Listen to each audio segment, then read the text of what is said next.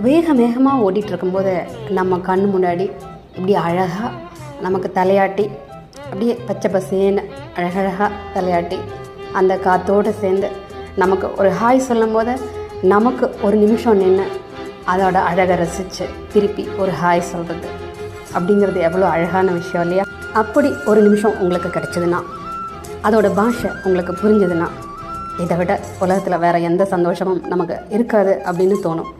இறைவனும் நம்ம கூடயே இருக்கிறான்னு அந்த உணர்வும் தெரியும். நீங்களும் ட்ரை பண்ணி பாருங்களேன், இப்படி இது கூட ஒரு நிமிஷம் நின்று பேசுகிறதுக்கு.